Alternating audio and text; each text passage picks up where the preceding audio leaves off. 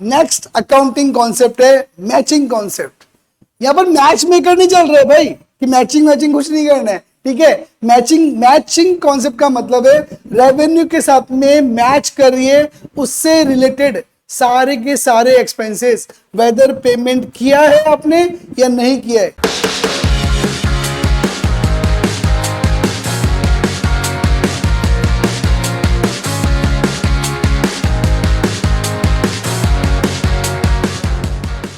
ठीक है, हमें मैचिंग करना है जो भी रेवेन्यू आपने जस्ट इससे पहले वाले अकाउंटिंग कॉन्सेप्ट में रिकग्नाइज करी है उसके सामने जितने भी एप्लीकेबल एक्सपेंसेस है वो हमें मैच करने हैं, सो दैट ट्रू प्रॉफिट, हम लोग जो नेट प्रॉफिट निकालते हैं वो बिजनेस का एकदम सही वाला नेट प्रॉफिट जो है ना वो निकल जाए।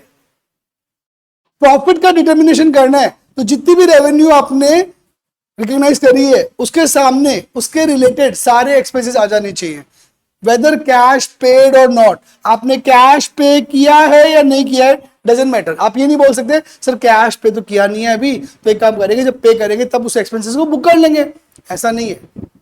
अगर वो एक्सपेंसेस ड्यू हो गया तो ड्यू बेसिस पे क्या करना पड़ेगा, आपको बुक करना पड़ेगा। मतलब जो रेवेन्यू आपने अपने प्रॉफिट एंड लॉस में रिकग्नाइज करी है उस रेवेन्यू से रिलेटेड सारे के सारे एक्सपेंसेस जो है वो बुक में आ जाने चाहिए, ताकि revenue less all expenses whether cash paid और नॉट आपका ट्रू प्रॉफिट आइडेंटिफाई किया जा सके।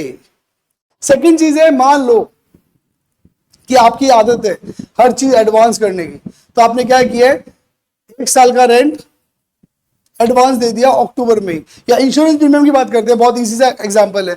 इंश्योरेंस प्रीमियम मान लो आपने गाड़ी ली है 1 अक्टूबर को गाड़ी ली है, तो आपका बर्थडे आता है 1 अक्टूबर को, ठीक है। आपने 1 अक्टूबर को एक गाड़ी ली है, गाड़ी का इंश्योरेंस करवाया है, तो वो जो इंश्योरेंस है वो 1 अक्टूबर से लेकर नेक्स्ट ईयर के 1 अक्टूबर का होगा। नई गाड़ी की बात नहीं कर रहा हूं, आप उसको रिन्यू भी तो कराओगे बार बार। जब रिन्यू करवा रहे हो उसको तो वो एवरी ईयर 1 अक्टूबर को रिन्यू होगा, तो 1 अक्टूबर से लेकर नेक्स्ट ईयर के 1 अक्टूबर का हो गया। तो मैं ही बोल रहा हूं कि इस साल का कितना है, अक्टूबर नवंबर दिसंबर जैन फेब मार्च, मतलब 6 मंथ का तो है वो इंश्योरेंस दिस ईयर का, और 6 मंथ का है वो नेक्स्ट ईयर का। यानी कि जो इंश्योरेंस है 600 उसका आधा प्रीपेड है, तो आपको यहां पर एक्सपेंसेस पेमेंट बेसिस पे 600 बुक नहीं करना है, बल्कि ड्यू बेसिस पे ओनली 300 की बुकिंग आपको करनी है। और जो बचा हुआ 300 है उसको आपको मानना है असेट। असेट क्यों? क्योंकि नेक्स्ट ईयर काम आएगा।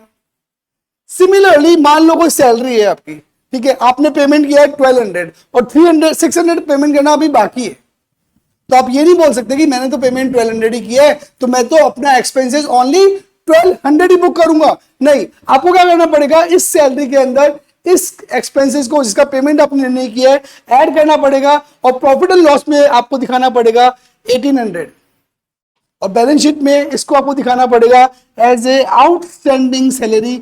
आपकी लाइबिलिटी साइड के अंदर लाइबिलिटी है जब तक पेमेंट नहीं करोगे तब तक, मतलब एक्सपेंसेस भी है एज वेल एज लाइबिलिटी भी है।